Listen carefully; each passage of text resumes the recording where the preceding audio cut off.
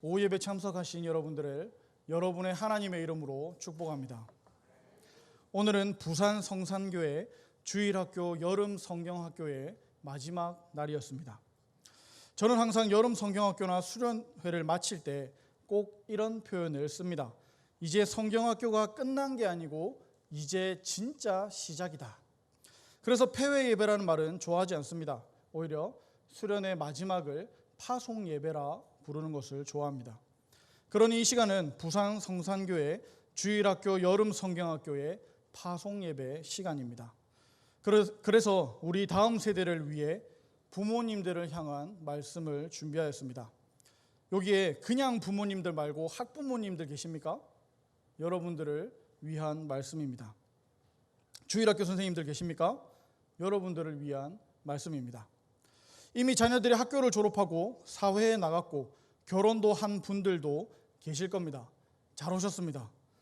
학교 다닐 때 말 안 듣고 통제가 어렵다고 생각했겠지만 이제 집을 떠나 손을 벗어나면 더 어려운 것이 현실입니다.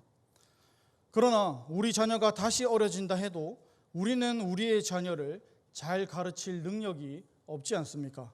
그러니 늦었다고 생각하시는 분도 괜찮습니다.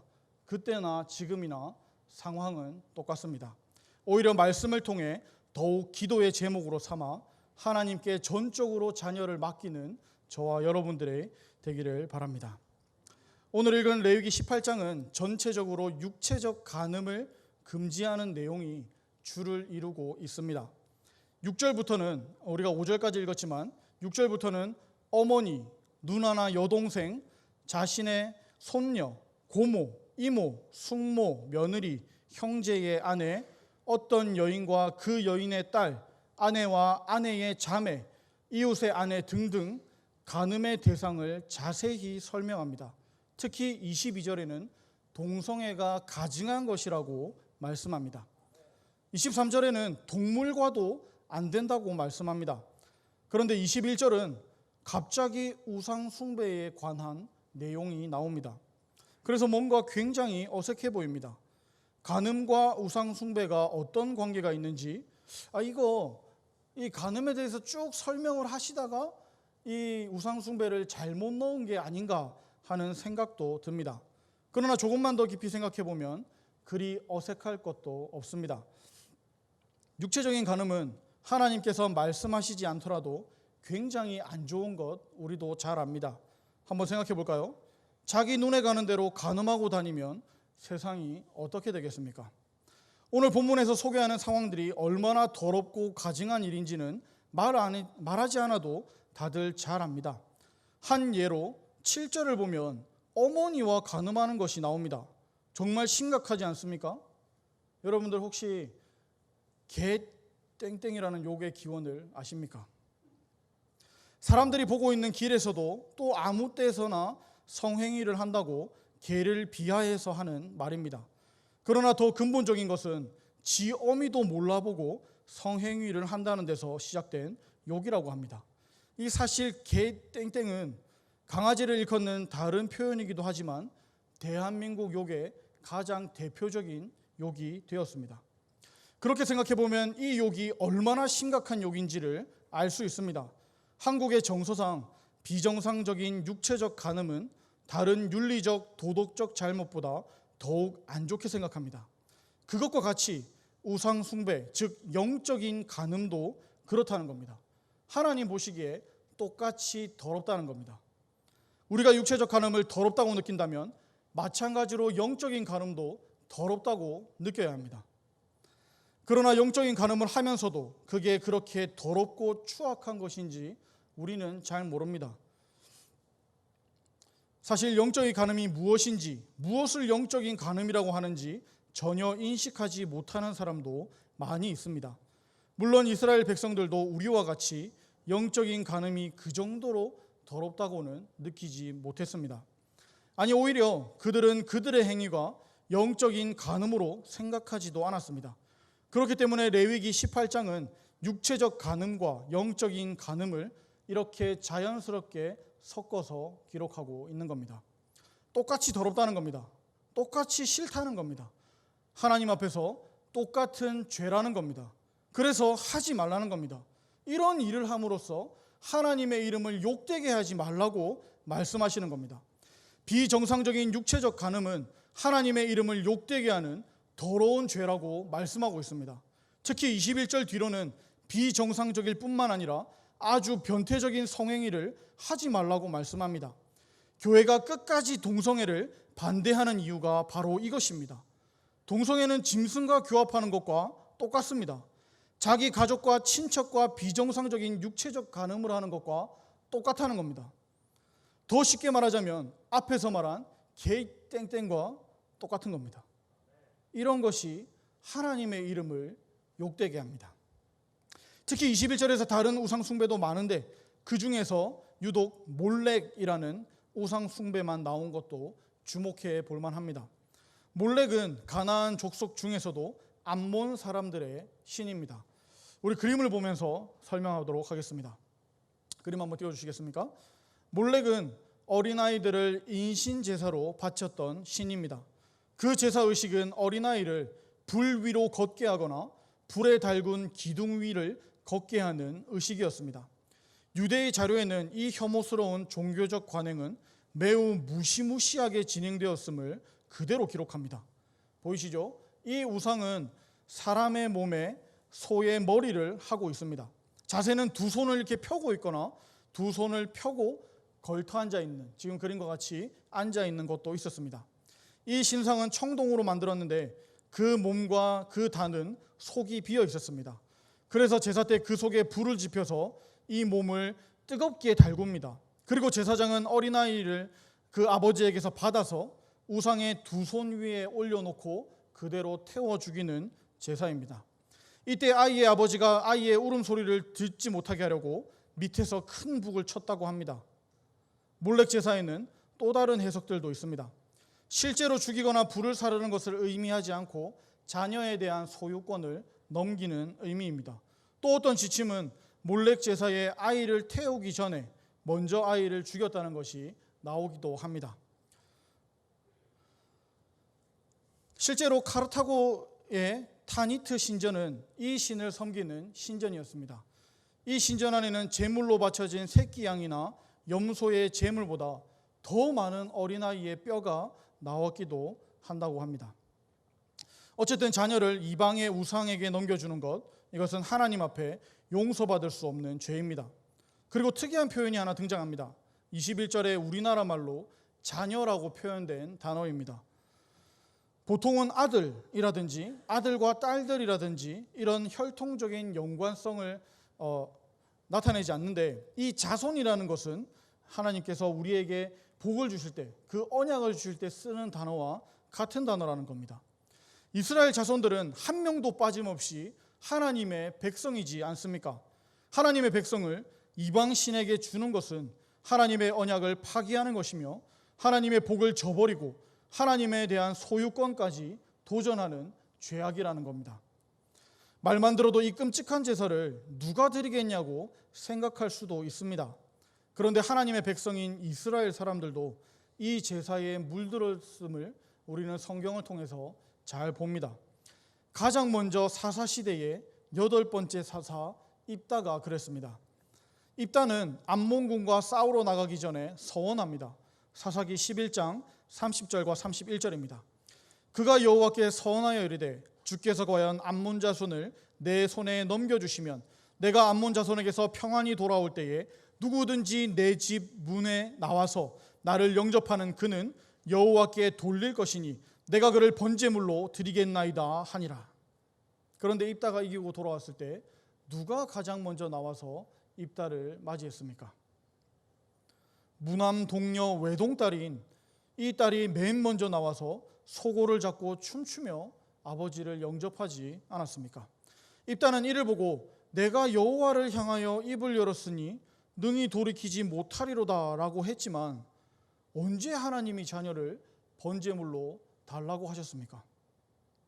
그러나 그 딸을 위하여 그 친구들과 2달 슬퍼할 시간을 주고 서원대로 딸에게 행했다라고 기록합니다. 어느 바보가 아니라 이스라엘을 구원한 하나님이 세우신 사사가 이 일을 했다는 겁니다. 이뿐입니까? 지혜의 왕 솔로몬의 말기에 있었던 일입니다. 열왕기상 11장 6절과 7절입니다. 솔로몬이 여호와의 눈앞에서 악을 행하여 그의 아버지 다윗이 여호와를 온전히 따름같이 따르지 아니하고 모압에 가증한 그모스를 위하여 예루살렘 앞 산에 산당을 지었고 또 암몬 자손의 가증한 몰록을 위하여 그와 같이 하였으며. 솔로몬은 몰록을 위해 산당을 지었습니다. 여기서 몰록은 지금까지 말하고 있는 이 몰렉의 다른 이름입니다. 열왕기하 3장을 보면 이런 사건도 있었습니다. 모압과 이스라엘의 전쟁 기사입니다. 18절에 보면 이 전쟁은 하나님께서 보시기에 작은 일이라 모압 사람을 이스라엘 손에 넘기셨다라고 기록합니다.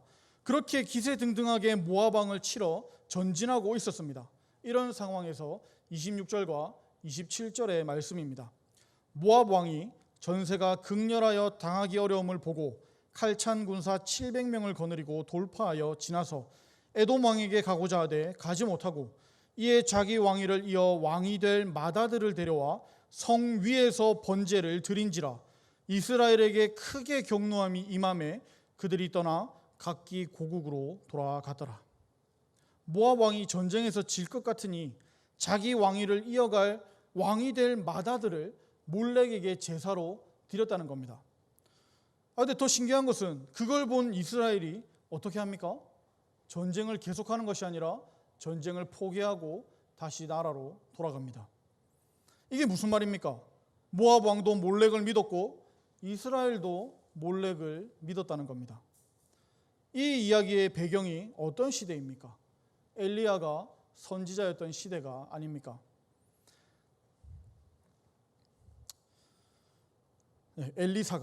엘리사가 하나님의 말씀을 대언하여 모압을 이스라엘 손에 넘기셨다고 선포하였음에도 불구하고 이스라엘은 몰렉 제사를 보고 이제는 우리가 질 것이라 생각하고 도망간 겁니다. 이외에도 열왕기하 16장 3절 아하스, 그 다음 장인 열왕기하 17장 17절의 호세아, 또 4장 뒤인 열왕기하 21장 6절에서 므낫세도 몰렉 제사가 등장합니다. 계속해서 이 몰렉 제사가 등장하고 있다는 겁니다. 그리고 열왕기하 24장 10절에서 13절에 드디어 요시야의 종교개혁이 일어납니다. 왕이 또 흰놈의 아들 골짜기에 도벳을 더럽게 하여 어떤 사람도 몰록에게 드리기 위하여 자기의 자녀를 불로 지나가지 못하게 하고 또 유다 여러 왕이 태양을 위하여 드린 말들을 제하여 버렸으니 이 말들은 여호와의 성전으로 들어가는 곳의 근처 네시 나단멜렉의 집 곁에 있던 것이며 또 태양 수레를 불사르고 유다 여러 왕이 아하스의 다락 지붕에 세운 제단들과 므낫세가 여호와의 성전 두 마당에 세운 제단들을 왕이 다 헐고 거기서 빻아내려서 그것들의 가루를 기드론 시내에 쏟아버리고 또 예루살렘 앞 멸망의 산 오른쪽에 세운 상단들을 왕이 더럽게 하였으니 이는 옛적에 이스라엘 왕 솔로몬이 시돈 사람의 가증한 아스다롯과 모압 사람의 가증한 그모스와 암몬 자손의 가증한 밀곰을 위하여 세웠던 것이며. 다시 말하자면 솔로몬 때부터 있었던 이 산당들을 다 없애버린 겁니다. 몰록의 제사를 없애버렸습니다. 그러나 에스겔의 기록을 보면 안타까운 점이 있습니다. 에스겔 20장 31절입니다. 너희가 또 너희 아들을 화제로 삼아 불 가운데로 지나게 하며 오늘까지 너희 자신을 우상들로 말미암아 더럽히느냐. 이스라엘 족속아, 너희가 내게 묻기를 내가 용납하겠느냐. 주 여호와의 말씀이니라. 내가 나의 삶을 두고 맹세하노니 너희가 내게 묻기를 내가 용납하지 아니하리라. 에스겔이 누구입니까? 종교개혁을 일으켰던 요시야가 죽은 지 불과 16년 뒤에 활동한 선지자였습니다. 요시야가 종교개혁을 했지만 이스라엘은 다시 몰렉에게 제사를 드렸다는 것을 알 수 있습니다. 이 몰렉의 제사의 가장 큰 문제점이 무엇이라고 생각하십니까? 왜 하나님께서 이렇게 이 제사를 싫어하셨을까요?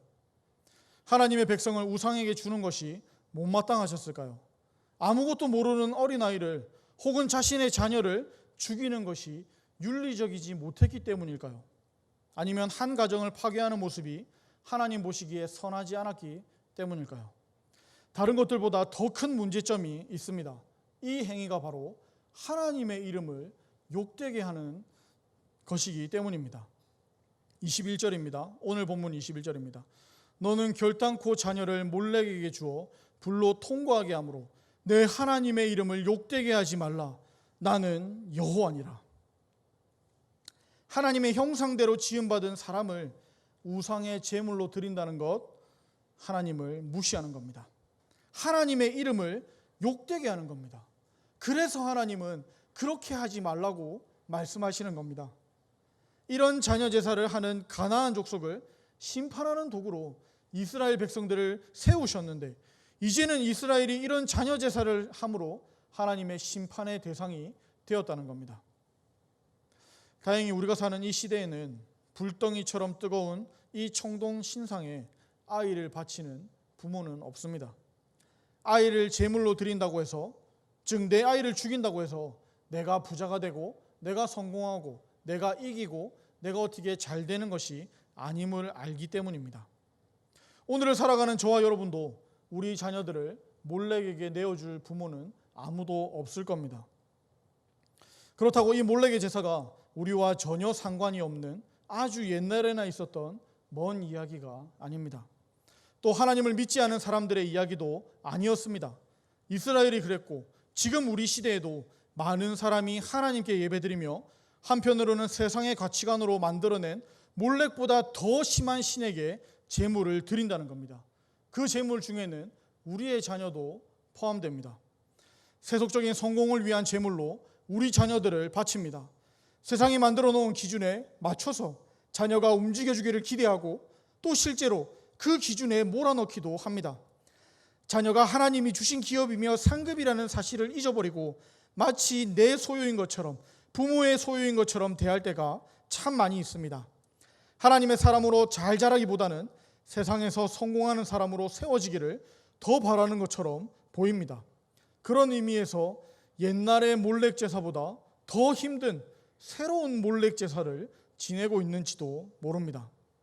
옛날의 몰렉 제사는 자녀를 죽이는 제사였습니다. 자녀가 죽는 것 한 번만 보면 됩니다. 그리고 죽으면 그것으로 끝납니다. 다시 살릴 수도 없고 더 이상 그 자녀에게 뭘 요구할 수도 없습니다. 그러나 이 시대의 새로운 몰렉 제사는 실제로 자녀를 죽이지는 않습니다. 그러나 계속해서 끊임없이 세상의 기준으로 몰아가는 제사입니다. 끝도 없습니다. 유치원, 초등학교, 중학교, 고등학교, 대학원을 졸업해서도 결혼해서도 끝이 없습니다. 이 시대의 가치에 따라 남들에 뒤처지지 않기를 바라는 겁니다. 그리고 계속해서 자녀를 다그칩니다. 그것이 학생 시절에는 공부입니까? 고3 수험생에게는 입시입니까? 대학생들에게는 취업입니까? 결혼하는 것도 어째서 믿음보다 직업을 보고 어째서 그 사람의 됨됨이보다 그 사람의 가정과 그 사람의 재산을 본단 말입니까? 공부가 신앙을 뛰어넘은 지 이미 오래된 것 같습니다. 왜 교회가 학교 시험 기간과 방학 기간을 염두에 두며 신앙교육을 해야 합니까? 이미 우리 자녀들이 새로운 시대에 새로운 몰렉 앞에 다 가 있어서 그런 것은 아닙니까? 아니라면 우리의 자녀는 지금 이 시간, 이 오후 예배 시간에 어디 있습니까? 어디에서 무엇을 하고 있느냐 말입니다.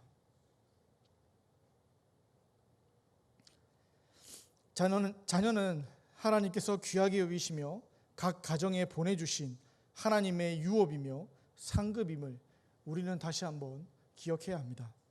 내 자식이 아니라 하나님께서 맡기신 하나님의 자녀입니다.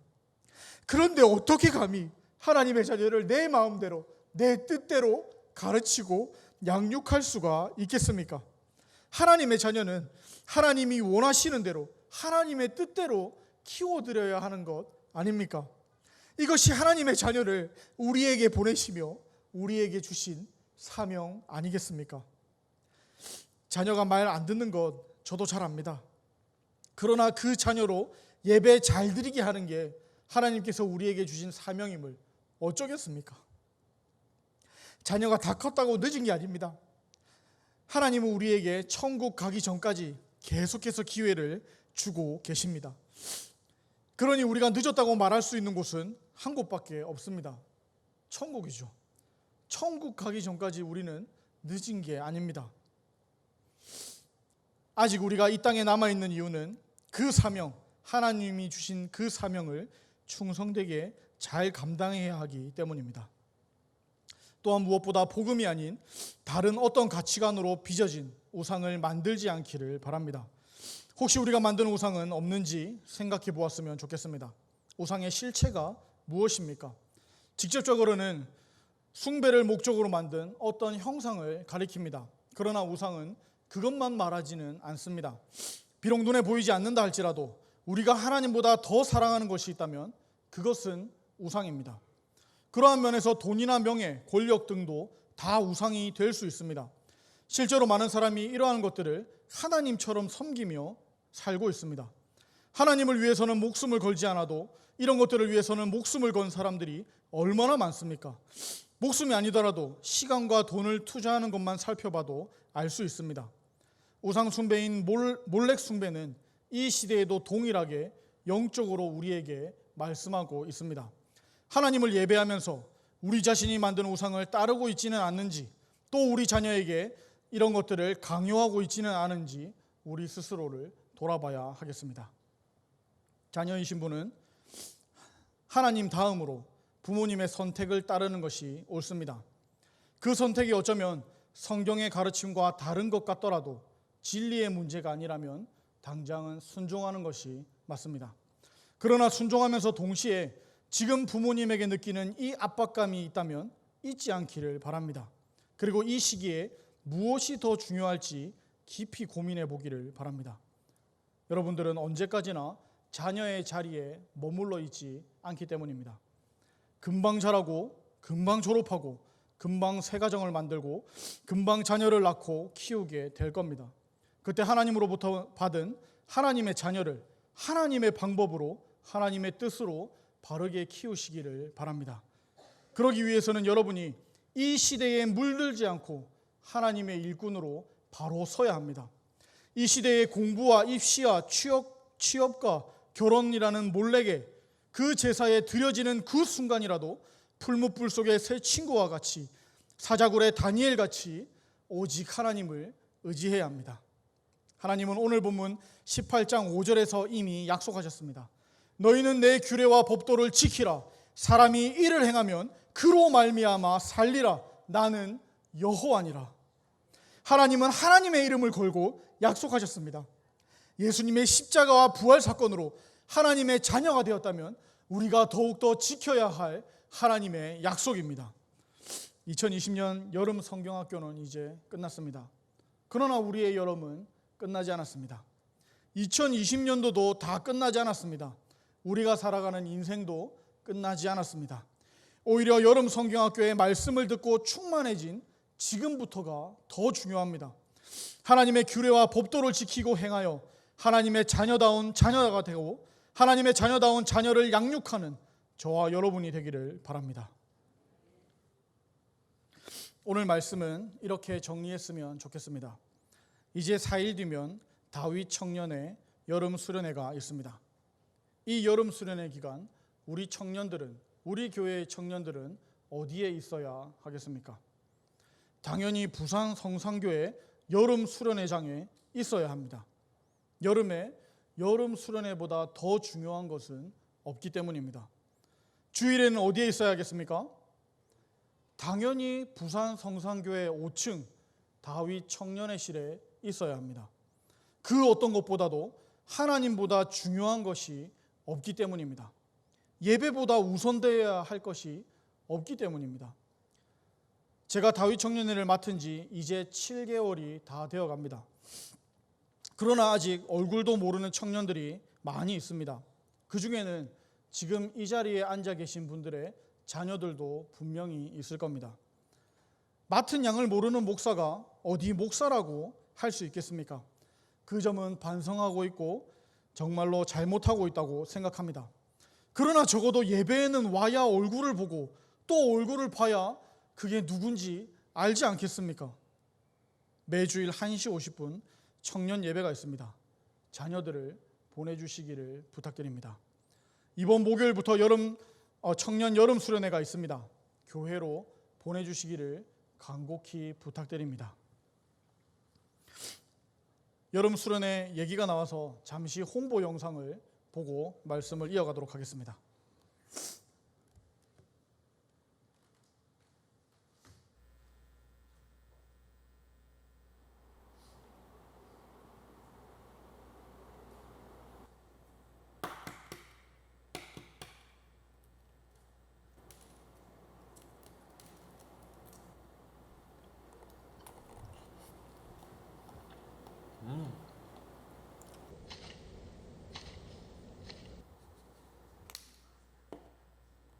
오자.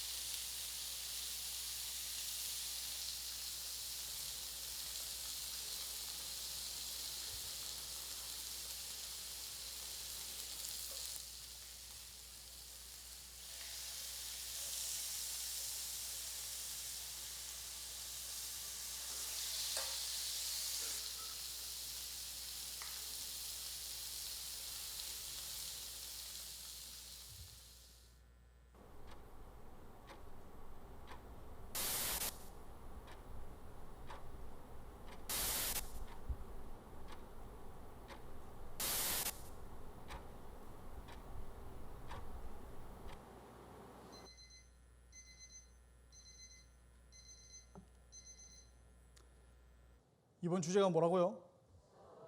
네, 확실히 아시는군요. 이번 수련의 주제는 제자가 어떤 자인지 가르쳐 주신 예수님의 제자도입니다. 이 소금에 대해서 말씀하시며 세 가지의 제자의 모습을 말씀하셨습니다. 이번 수련회를 통해서 우리 청년들이 예수님의 제자들이 되기를 기대합니다. 이번 수련회를 위해 몇 분이 찬조해 주셨습니다. 제가 감사드리는 것보다 하나님께서 더 고맙게 여길 거라 생각합니다. 아직 찬조 안 하신 분들을 위해서, 또 어떻게 찬조해야 되는 건지 모르는 분들을 위해서 이 말씀을 드리고 싶습니다. 제가 하나님을 만났던 수련회는 회비가 5,000원이었습니다. 3박 4일 5,000원. 싼 값이지 않습니까? 그런데 그 돈도 제가 내지 않고 공짜로 갔습니다. 어떤 분이 제 수련회비를 대신 내주었던 겁니다. 그래서 제가 5,000원을 냈었는데 다시 돌려받았습니다. 그분이 안 내주셨다면 물론 제가 내고 갔겠지만 그분이 찬조해 주시고 또 기도해 주셨기 때문에 하나님께서 더 저를 만나 주셨을 거라고 생각합니다. 또한 제가 은혜 받은 것은 모두 그분의 상급이 되었을 거라고 생각합니다. 사실 그분이 누구인지 아직도 저는 잘 모릅니다. 그러나 하나님은 그분을 알고 있습니다. 이번 수련회비는 2만 원입니다. 저는 청년들 모두가 찬조받아서 공짜로 수련회 하는 것을 늘 꿈꿉니다. 사실은 공짜가 아니죠. 누군가 대신 내어주는 겁니다. 우리 죄를 대신 지신 예수님의 사랑을 닮은 모습이라 생각합니다. 교회에 그런 분들이 있었기 때문에 지금의 제가 있지 않겠습니까? 여러분도 하나님께 헌신하는 한 명의 청년을 키우고 싶지 않습니까? 아쉽게도 주일학교 여름 성경학교를 지원하려면 이제 내년까지 기다리셔야 합니다. 그러나 우리에게는 아직 다윗 청년의 수련회와 8월에 중고등부 수련회가 남아 있습니다. 기도하시며 아낌없이 후원해 주시기를 부탁드립니다.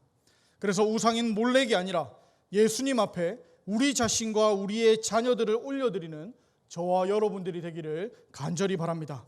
말씀을 기억하며 함께 기도하겠습니다.